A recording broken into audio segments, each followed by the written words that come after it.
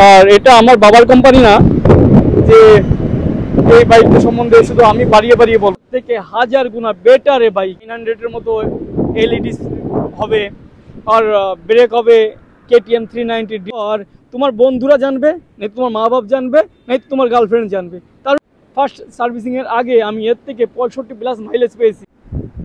Hello everyone, welcome to my YouTube channel. তোমরা সবাই কেমন আছো? অবশ্যই ভালো। আমি চলে এসেছি আমার বাইকের 545 কিলোমিটার চালিয়ে একটা রিভিউ দিতে। এটা আমার কাছে আছে হোন্ডা 100 CB 125 হর্নেট। তো দেখতে পাচ্ছ আমার এই বাইক কত কিলোমিটার চলেছে, 545 কিলোমিটার। এই বাইকটা সম্বন্ধে অনেকে অনেক কথা আমাকে কমেন্ট করেছো দাদা এই বাইক সম্বন্ধে না, তো তোমাদের সেটাই বলতে এসছি যে 125 সিসির বাইক 500 কিলোমিটার চালিয়ে আমার এই বাইকের প্রতি অভিজ্ঞতা, পারফরমেন্স কেমন দিল, আর এই বাইকের বিল্ড কোয়ালিটি সম্বন্ধে আমি আলোচনা করব আজকে। তো ভাই ঝিরিঝিরি বৃষ্টি হচ্ছে, তার মধ্যে ভাবলাম যে একটা রিভিউ তো করতেই হবে, কারণ আমি এটাকে নিয়ে অফ রোড, অন রোড, পাহাড়ে, সিম্পল রাস্তায়, ট্রাফিকে, লাইটে সব জায়গায় চালিয়ে এর থেকে আমি মাইলেজ কত পেলাম সেটাও বলবো।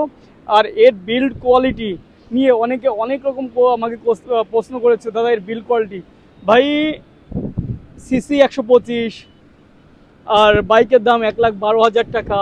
আর 1,12,000 তুমি কি চাচ্ছ? এটা কাওয়াসাকি J900 এর মতো এলইডি হবে, আর ব্রেক হবে KTM 390D মতো 4 পিস্টন ক্যালিপার, আর বডি ব্যাস বুলেটের মতো বডি হবে, শক্ত লোহা নেই, অ্যালুমিনিয়াম অ্যালয়ের, যাতে বডিটা অনেক দিন থাকে। তুমি কি এই চাও? আরে ভাই 125 সিসি 1,12,000 টাকা দাম এক্স শোরুম, তো তুমি এর থেকে কি আশা করো? তোমার এই 125 সিসির বাইকের মধ্যে কোনটা বাইকের ফিট ফিনিশিং, কোনটা ভালো তুমি আমাকে একটু দেখাও। তুমি কার সঙ্গে এর তুলনা করতে চাও? যে ভাই আমি এই বাইকের সঙ্গে এর কম্পেয়ার করে দেখতে চাই, যেগুলো তুমি কম্পেয়ার করবে তার থেকে হাজার গুণা বেটার এ বাইক, আমি গ্যারান্টি দিচ্ছি। তুমি যদি এক্সট্রিম 125 এর সঙ্গে এর কম্পেয়ার করতে চাও, ভাই ওর ফিট ফিনিশিং একদম বকবাস, একদম বাজে। আমি দেখে এসেছি কোনো জায়গায় ঠিকঠাক কোনো এই একটা ওর একটা হেডলাইটের দিকে লক্ষ্য করবে, এখানে উচ্চ তো এখানে ফিনিশিং নেই, এখানে উচ্চ তো এখানে ফিনিশিং নেই। আমি কোনো একটা বাইক, আমি শুধু এক্সট্রিম 125 এর কথা বলবো না, যে কোনো বাইকের সঙ্গে এর তুলনা করে দেখো ভাই, এটা বিল্ড কোয়ালিটি মানলাম একটু একটু সব বাইকের বিল্ড কোয়ালিটি সমান হয় না, মানলাম যে এর বিল্ড কোয়ালিটি একটু খারাপ আছে, কিন্তু অতটা আমি 500 কিলোমিটার 550 কিলোমিটার চালিয়েও অতটাও আমি কোনো সমস্যার সম্মুখীন আমাকে হতে হয়নি।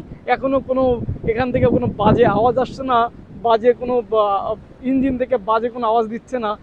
ফার্স্ট সার্ভিসিংয়ের আগে আমি এর থেকে 65+ মাইলেজ পেয়েছি। এবার ফার্স্ট সার্ভিসিংয়ের পরে গেলে এর থেকে আমি মনে করি আরও 5-7 মাইলেজ বেশি পাবো। আর 5-7 মাইলেজ বেশি মানে তুমি বুঝতে পেরেছো, কারিব 70 কিলোমিটার মাইলেজ আমি পাবো বলে আশা করছি।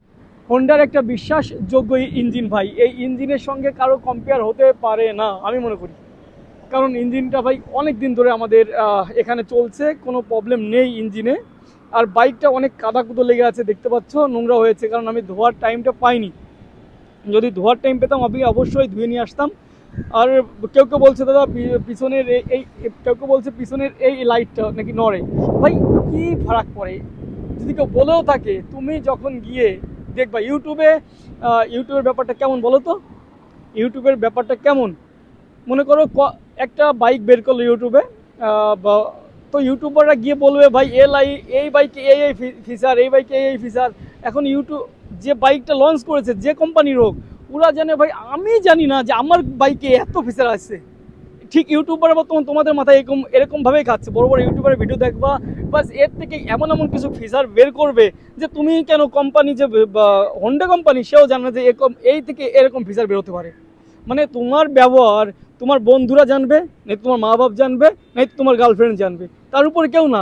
এখন বাইরের লোক যদি এসে বলে যে ভাই ওর ভিতরে এটা আছে, ওর ভিতরে এটা আছে, ওর ভিতরে এটা, তোমাকে একদিন দেখি, আরে পাগল, বাইকটা লঞ্চ হতে পারলো না তার আগের থেকে ব্যাস মানে নারী ভুড়ি নথি সব কিছু জানা গেল লোকের। তুমি চালাও, তুমি গিয়ে দেখো, তুমি গিয়ে বসো, আর তবেই তুমি এর সম্বন্ধে জানতে পারবে বাইকটা কেমন, কি রেজাল্ট দিচ্ছে তোমাকে। আর দেখো ঝিরিঝিরি বৃষ্টি হচ্ছে ভাই, বৃষ্টির মধ্যে চলে এসেছি, তোমাদের ভুল ধারণা। কারো আমাকে অনেক প্রশ্ন করেছো, দাদা এই বাইকটা নেবো কি না।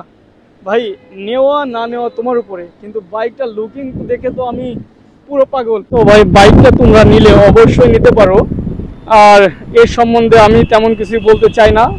যার যেমন ইচ্ছা সে তেমনই করবে, কারণ তোমার বাইক তুমি নেবে কি না সেটা তোমার উপর ডিপেন্ড। আমি শুধু তোমাদেরকে সত্যটা বলতে পারি যে এই বাইক সম্বন্ধে কী কী সত্য কী কী মিথ্যা আমি তোমাদেরকে শুধু এটাই জানাতে পারি ভাই। বাইকটা নেওয়া না নেওয়া সম্পূর্ণ তোমার উপর।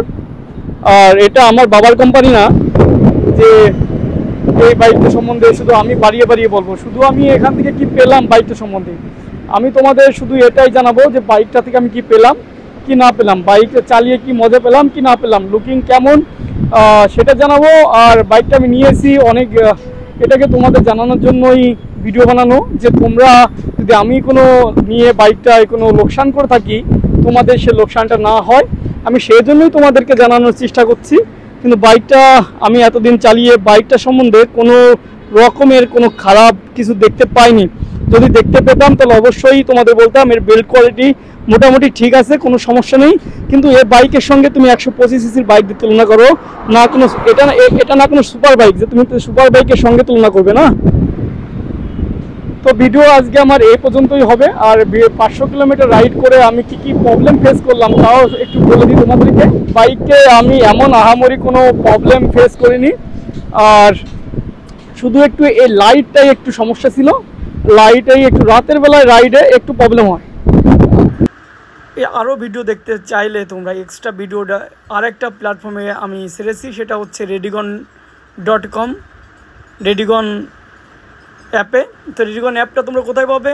যার কাছে অ্যান্ড্রয়েড আছে সে ক্রোমে গিয়ে redigon.com সার্চ করো, যার কাছে iOS আছে সে গিয়ে সাফারিতে গিয়ে redigon সার্চ করো, তাতে লগ ইন করে তোমরা দেখতে পারবে আমার ছাড়া আরও অনেক বড় বড় ইউটিউবার ভিডিও, যেটা তোমাদেরকে অনেক সুবিধা করে দেবে।